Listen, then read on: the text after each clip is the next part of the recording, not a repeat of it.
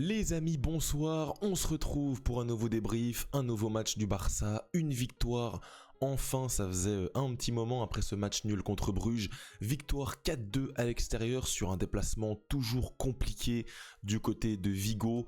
C'est une équipe qui nous réussit pas beaucoup, hein. Bien sûr, Iago Aspas, on a du Iglesias qui marque toujours, il a mis triplé la saison passée, cette fois-ci c'est Lewandowski qui a mis triplé pour son retour en tant que titulaire, Lamine Yamal également. Il y a eu un carton rouge de De Jong en fin de match. Bref, on va revenir sur absolument tout ça dans cette vidéo. Comme d'habitude les amis, avant que ça commence, merci à toutes les personnes qui prennent quelques instants comme d'hab pour s'abonner, liker, commenter, bien sûr donnez-moi vos avis dans les commentaires et on va tout de suite commencer par la compo d'équipe et j'ai envie quand même de féliciter mon Barça parce que j'ai vu une performance bien plus aboutie en deuxième mi-temps qu'en première et c'est quand même rare parce qu'on termine souvent les matchs un petit peu branle-ballant, on est un peu en bout de course en fin de match et là franchement ça a été l'inverse. Je trouve qu'on a bien sûr mal commencé le match ou directement on encaisse après marquer, bref on va revenir sur tout ça, c'est toujours très très frustrant à analyser. En tout cas la compo d'équipe avec toujours Szczęsny dans les buts, Juan Garcia devrait revenir après la trêve, heureusement qu'il va revenir parce que Szczęsny c'est vraiment compliqué. Eric Garcia à la place de Koundé, Araujo, Cubarsí, Baldé, on a eu cette défense là qui a pas du tout fonctionné en début de match, c'était très compliqué, il y a eu des espaces énormes laissés pour Vigo, du reste ils marquent leurs 2 buts grâce à ça, mais ils auraient pu encore en mettre davantage, hein. Il y a eu des face à face, il y a eu des grosses actions comme d'habitude pendant la première mi-temps. Le milieu de terrain en l'absence de Casado, je sais pas ce qui s'est passé, je pense qu'il a eu un petit problème à l'échauffement, je sais pas si c'est grave ou pas, il va falloir faire attention. Du côté de De Jong, aux côtés de Olmo et Fermin Lopez, très offensif avec 2-10 entre guillemets, c'était plutôt Olmo qui était un petit peu plus bas et je trouve qu'Olmo a fait un bon match, je l'ai trouvé plutôt à l'aise techniquement, il a fait bien sûr comme d'habitude ses contrôles orientés, comme d'habitude parfois il manquait un peu de tranchant, mais au global c'est pas du tout un match où j'ai envie de taper sur Dani Olmo, je trouve que c'est un des matchs plutôt positifs de sa part, pour un retour, pour quelqu'un qui doit reprendre de la confiance, je trouve que c'est plutôt un bon match de la part de Dani Olmo. Fermin Lopez toujours beaucoup d'énergie, toujours beaucoup d'impact, un peu moins habile devant le but ce soir où il a vraiment manqué de 3 occasions, mais au global voilà, Fermin Lopez est toujours très bon. Et devant, on a eu la triplette, une première, je crois, pour Lewandowski et Rashford ensemble, en tout cas pour la majorité du match. Je crois que c'était le cas aussi à Séville, bref, non, je dis n'importe quoi. En tout cas, avec Lamine Yamal, c'était assez rare de les voir les 3 alignés, et ça a plutôt bien marché offensivement, hein. On marque 4 buts, triplé de Robert Lewandowski, le vieux père Robert, toujours il me fait extrêmement plaisir, il marque des buts importants. Le premier sur penalty alors qu'il n'était pas en confiance, il avait loupé contre Séville, il revenait de blessure, heureusement Radu au cage pour Vigo le laisse un peu passer, bref il peut faire mieux à mon avis, le penalty est pas très bien tiré.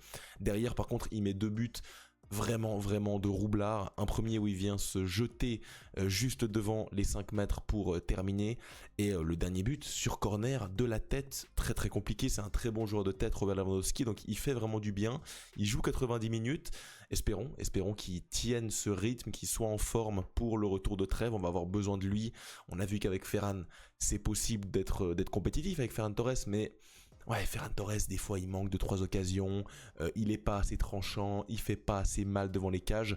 Lewandowski, ce soir, a été ce numéro 9 tueur, et c'est très positif. Ils ont été accompagnés dans Lamine Yamal, dans la continuité de sa forme récente, très bon j'ai trouvé, peut-être un petit peu moins en vue que sur certains matchs, j'ai peu eu d'action avec Lamine Yamal, franchement ce soir, c'est beaucoup passé aussi au centre, à gauche, à droite, on sait que le Celta c'est une équipe qui joue, donc t'as eu des espaces, tu t'es infiltré à l'intérieur, c'est vrai que Lamine Yamal sur un match comme ça, il marque, oui, du pied droit en plus, derrière il y a un poteau en fin de match, il y a des belles passes il y a des belles passes qui auraient pu être décisives, il y a une implication défensive que j'ai trouvé très intéressante, il a aidé Eric Garcia, donc franchement très positif Lamine Yamal, ça revient très bien, la blessure semble s'éloigner un petit peu de son esprit, c'est positif, on a une équipe qui je l'espère va revenir en forme après la trêve avec le retour de Juan Garcia, le retour un jour ou l'autre de Rafinha qui va devoir revenir après la trêve.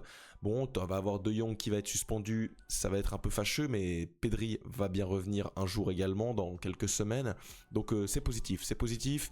C'est positif la deuxième mi-temps. Par contre la première, moi j'ai trouvé qu'on a eu encore une fois des gros problèmes défensifs quand on voit les grosses occasions qu'a eu le Celta. Alors c'est vrai que sur la globalité du match, t'es clairement devant, tu mérites de gagner. Et ça c'est quand même important à dire hein, dans un match qui finit 4-2, c'est que voilà, au global tu mérites ta victoire. 3,18 XG, 21 frappes, 9 cadrés. Il y a eu une grosse production et ça j'ai quand même envie de le souligner. Le Barça, c'est rare, a fait une deuxième mi-temps très très solide. Je crois qu'ils n'ont vraiment pas été mis en danger en deuxième mi-temps. Une frappe, un tir cadré, 0,08 XG en deuxième mi-temps.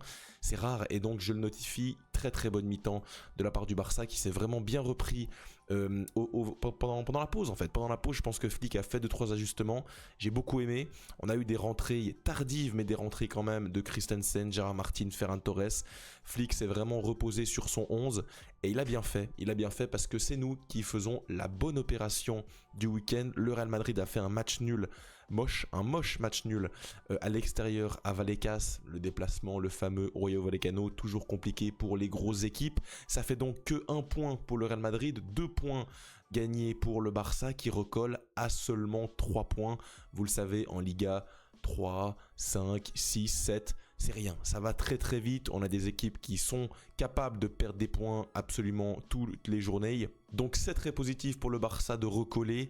En plus, le Real Madrid jouait un petit peu avant toi, donc ça t'a donné un petit boost d'énergie supplémentaire. Il fallait gagner, il fallait revenir. Tu connaissais déjà le résultat du Real Madrid.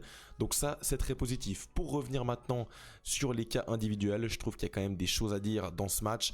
Déjà, Szczęsny. Bon, Szczęsny, ça fait un petit moment. On sait que c'est compliqué, que c'est bien sûr un gardien remplaçant, voire un troisième gardien si t'as Ter Stegen, donc ça fait troisième gardien. Mais il est clairement pas au niveau et ça m'inquiète. Ça m'inquiète dans le cas où il va devoir jouer peut-être. Si Juan Garcia se reblesse, imaginons.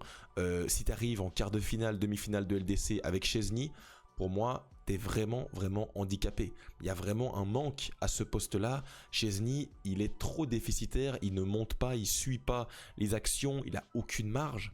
Franchement, les buts qu'il prend, mais en fait, il n'existe pas sur la ligne en fait. Il se fait battre très très facilement. Il n'y a jamais un exploit, il n'y a jamais un très très bel arrêt. Donc Szczęsny, il nous coûte des buts, il nous coûte déjà la relance qui est pas dingue, mais déjà la vision de jeu. On sait qu'avec une ligne haute, un gardien doit être très haut, doit pouvoir anticiper les longs ballons adverses. Il n'anticipe absolument rien, il est toujours sur sa ligne. C'est très compliqué de jouer avec Szczęsny. Derrière, Eric Garcia, je trouve que c'est un vrai bon soldat cette saison, même la saison passée. Très très bon Eric Garcia, à droite, au centre, où qui joue, il est performant. C'est vraiment une vraie alternative à plusieurs postes, donc vraiment très très content d'avoir Eric Garcia. J'espère qu'il va prolonger pour, on espère, un petit salaire. Il est en fin de contrat je crois en 2026, il y a des offres, des envies du PSG, de plusieurs clubs, donc il faut pour moi sécuriser Eric Garcia qui est vraiment un très très bon joueur de complément dans une équipe compétitive. Araujo, Cubarsí, ça a été plutôt bon en deuxième mi-temps, ils sont montés en puissance, content de revoir Cubarsí qui était un petit peu en difficulté ces derniers temps. Il faut qu'il reprenne un peu du rythme, c'est lui véritablement le futur de notre charnière. Baldé, j'ai bien aimé son match. On a eu quelques séquences de Baldé qui part à l'intérieur, qui propose avec une équipe qui vient chercher Alejandro Baldé, qui le presse. Il a clairement l'opportunité de se libérer du pressing, c'est un des meilleurs latérales dans cette position, donc vraiment content pour Alejandro Baldé. Fermín López, Olmo, De Jong, on en a parlé, j'ai bien aimé ce qu'ils ont proposé dans un milieu un petit peu novateur avec deux joueurs un peu plus offensifs que d'habitude. Au final ça a plutôt bien tourné, donc content quand même par rapport à ça. Et devant on a un Rashford, alors décisif, 2 passes D ce soir, mais pour moi on n'est pas encore au prime Rashford, c'est ça qui est fou. Alors il fait aussi un poteau en première mi-temps, mais je trouve que Rashford encore plein de fois, il fait des fois le mauvais choix dans son action, et plein de fois finalement je me dis purée, il pourrait faire mieux. Il a beaucoup de ballons en quantité, et au final il fait 2 belles choses, 2 passes D, mais il pourrait en faire bien plus, il pourrait faire le double, le triple de stats, parce qu'il a beaucoup de ballons, il a beaucoup de situations, et au final c'est pas toujours bien exploité. Alors évidemment heureusement qu'il est là, hein, parce que là, avec Rafinha blessé, il joue beaucoup, il enchaîne, il n'est pas blessé, il enchaîne des 90 minutes à chaque fois. Donc vraiment un très très bon soldat. En plus, défensivement, j'ai l'impression que sur ce match-là, il s'est vraiment donné à 100%. Il a été précieux, franchement, que ça soit défensivement ou offensivement. Mais c'est fou de se dire qu'il a encore une marge, en fait. Il peut encore progresser, il peut encore être plus dangereux, plus tranchant, plus incisif. Donc ça va être à surveiller. Robert Lewandowski, on en a parlé, vraiment content pour lui. Lamine Yamal aussi, on en a parlé. J'espère qu'il va, j'espère qu'il va réussir à pas se blesser avec la sélection. Voilà, je vais le dire comme ça. Il y a une sélection qui va arriver, 2 matchs, l'Espagne est déjà qualifiée.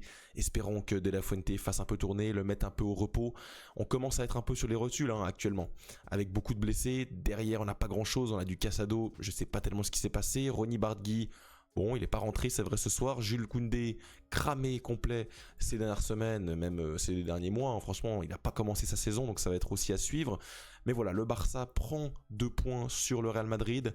Tu vas avoir 2 semaines maintenant de break. Il va falloir se reprendre, il va falloir véritablement se reposer. Pourquoi ? Parce que tu vas enchaîner des matchs bien plus corsés lors de ton retour de trêve. Déjà, tu commenceras à domicile contre l'Athletic Club, ça va être un match compliqué.